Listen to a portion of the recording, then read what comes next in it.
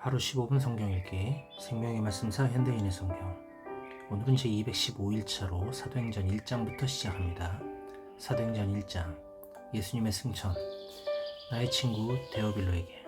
내가 먼저 기록한 책에는 예수님이 자기가 선택한 사도들에게 성령으로 여러 가지 지시하신 후에 하늘로 올려가시는 날까지 행하시고 가르치신 모든 일을 기록하였다.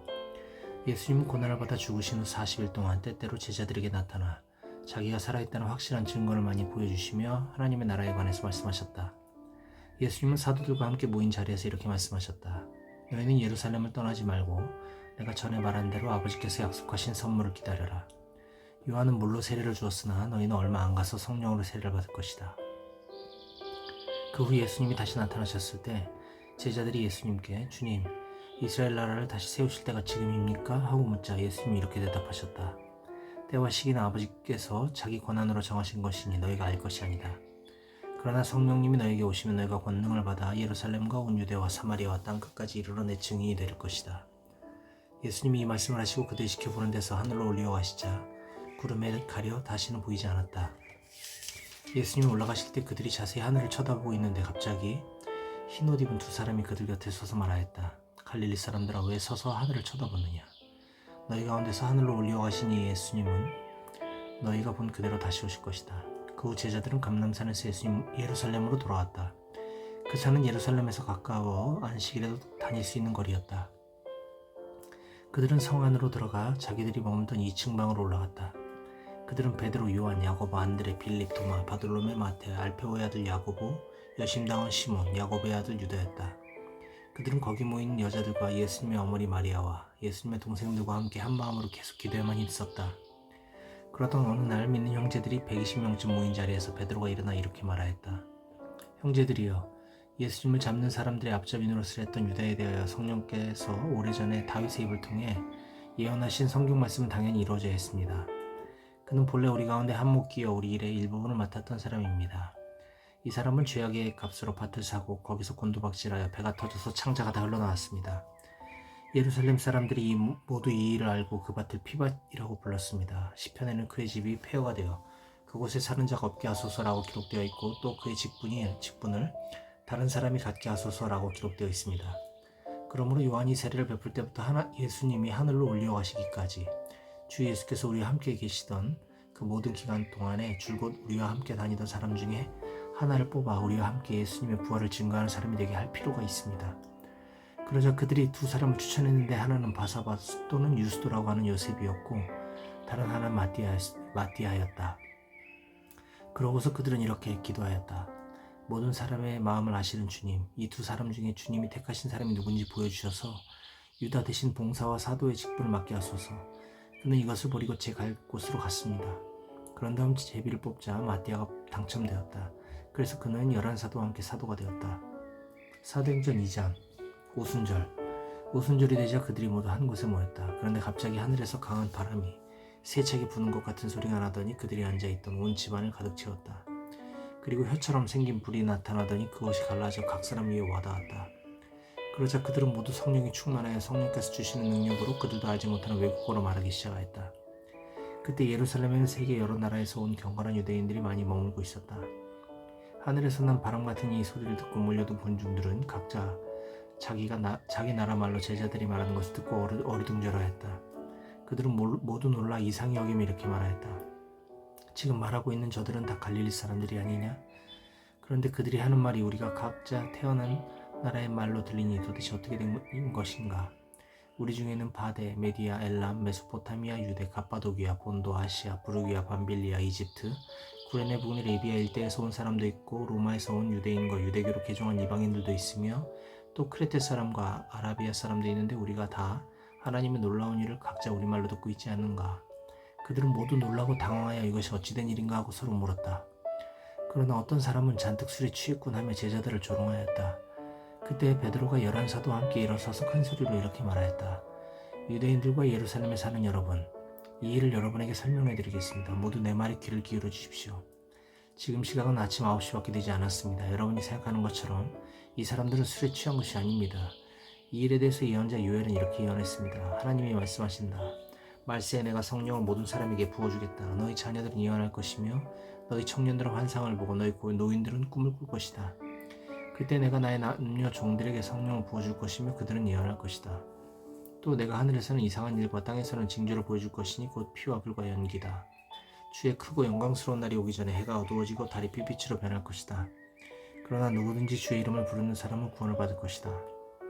이스라엘 사람 여러분, 이 말을 들으십시오. 여러분도 아시겠지만 하나님은 나사렛 예수님을 통해 기적과 놀라운 일을 여러분 가운데 베푸셔서 그분을 여러분에게 증거해 주셨습니다. 이 예수님은 하나님이 미리 아시고 정하신 계획에 따라 여러분에게 넘겨졌는데 여러분이 약한 사람들의 손을 빌려 그분을 십자가에 못 박아 죽였습니다. 그러나 하나님께서는 예수님을 죽음의 고통에서 풀어 다시 살리셨습니다. 그것은 예수님이 죽음에 붙들려 계실 수 없었기 때문입니다. 다윗은 그분에 대하여 이렇게 말하였습니다. 나는 항상 내 앞에 계신 주를 보았다. 그가 내 오른편에 계심으로 내가 흔들리지 않을 것이며 그래서 내 마음이 기쁘고 내 혀가 즐거우며 내 육체도 희망 가운데 살 것이다. 주께서 나를 무덤에 버려두지 않으시고 주의 거룩한 자를 썩지 않게 하실 것이다. 주께서 생명의 길을 나에게 알려주셨으니 주 앞에서 내 기쁨이 충만할 것이다. 형제 여러분, 나는 여러분에게 우리 조상 다윗에 대하여 자신 있게 말할 수 있습니다. 그는 죽어서 묻혔고 그의 무덤도 오늘날까지 우리 가운데 남아 있습니다. 다윗은 예언자였기 때문에 하나님께서 자기 후손 가운데 한 사람을 그의 왕위에 앉혀주시겠다고 약속하신 것을 알고 있었습니다. 그래서 그는 그리스도의 부활에 대해 미리 내다보고 그분은 무덤에 버림을 당하지 않고 육체도 썩지 않을 것이다 라고 말했습니다. 하나님께서는 예수님을 다시 살리셨습니다. 이 일에 대해서는 우리 모두가 다 증인입니다. 예수님은 하나님의 오른편에 높임을 받으셔서 약속된 성령을 아버지에게 받아 우리에게 부어주셨습니다. 지금 여러분이 보고 듣는 것이 바로 그것입니다. 다윗은 하늘에 올라가지 못했으나 이런 말은 했습니다. 하나님이 나의 주님에게 말씀하셨다. 내가 내 원수들을 내 발 앞에 굴복시킬 때까지 너는 내 오른편에 앉아있거라. 그러므로 여러분, 이 일을 분명히 하십시오. 여러분이 십자가에 못 박아 죽인 예수님을 하나님께서는 주와 그리스도로 삼으셨습니다. 사람들은 이 말을 듣고 마음에 찔려 베드로와 다른 사도들에게 형제들, 우리가 어떻게 하면 좋겠소 하였다. 그래서 베드로가 그들에게 말하였다. 여러분 모두 회개하고 예수 그리스도의 이름으로 세례를 받아 죄사함을 받으십시오. 그러면 성령을 선물로 받을 것입니다. 이 약속은 여러분과 여러분의 자녀들과 주 우리 하나님이 부르실 멀리 있는 모든 사람들에게 하신 것입니다.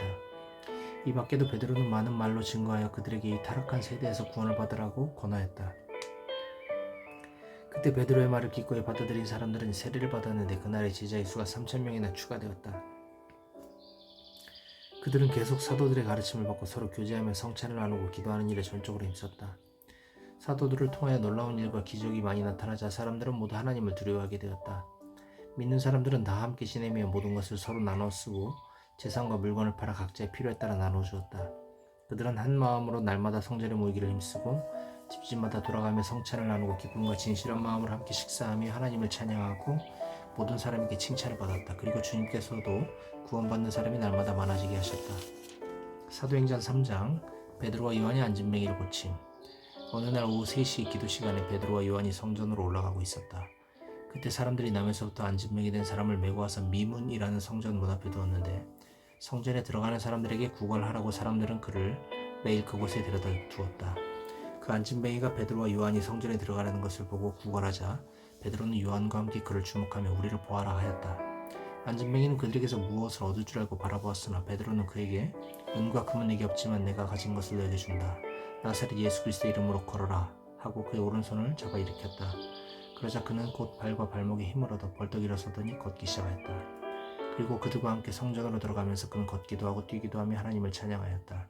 사람들은 그가 걷는 것과 하나님을 찬양하는 것을 보고 본래 미문이라는 성전 문 앞에 앉아 구걸하던 사람인 줄 알고 모두 그에게 일어난 일에 놀라 어리둥절하였다.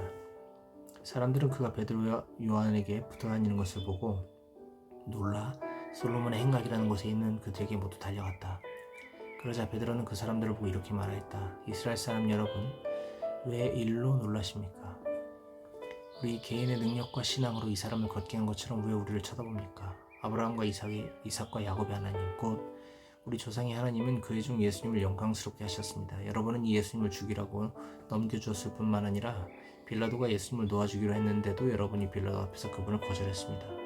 여러분은 거룩하고 의로운 분을 거절하고 오히려 살인자를 놓아달라 요구하며 생명의 주를 죽였으나 하나님은 죽은 사람들 가운데서 그분을 살리셨습니다. 우리는 다 이 일의 증인입니다.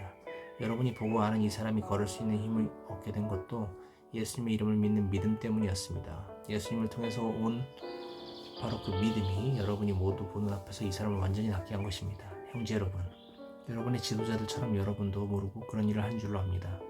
그러나 하나님은 모든 예언자들을 통해서 그리스도가 고난을 받을 것이라고 미리 말씀하신 것을 이렇게 이루셨습니다.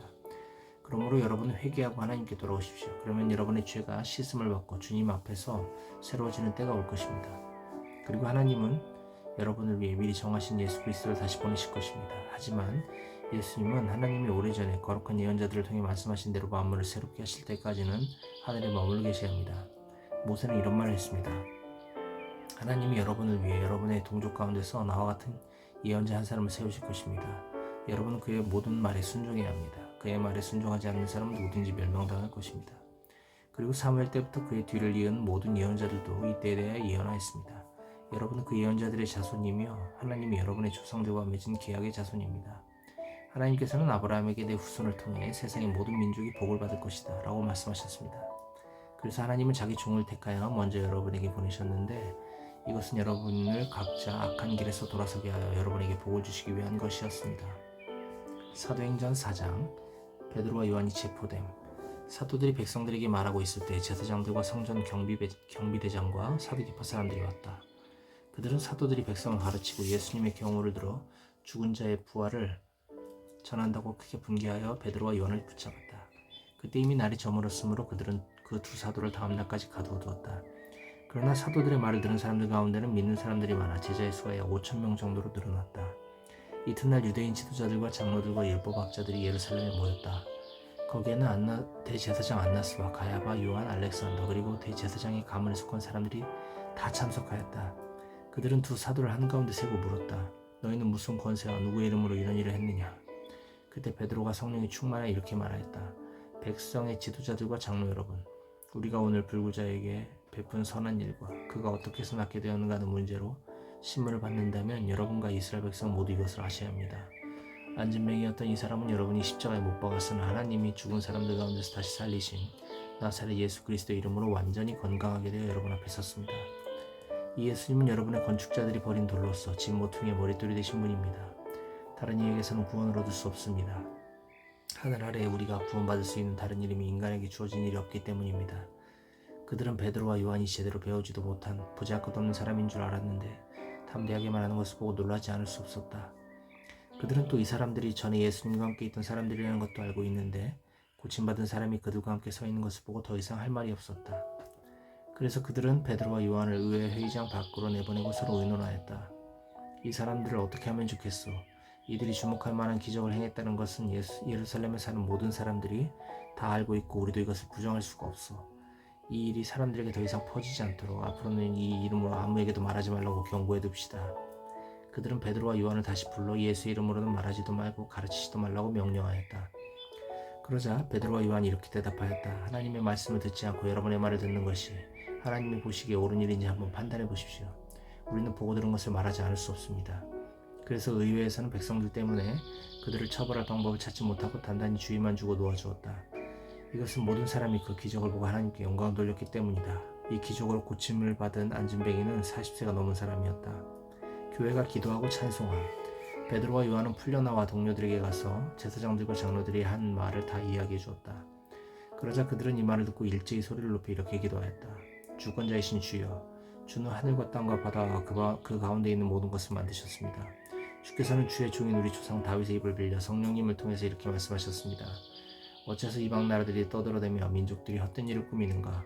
세상의 왕들이 들고 일어나며 지도자들이 함께 모여 주와 그리스도를 대항하는구나.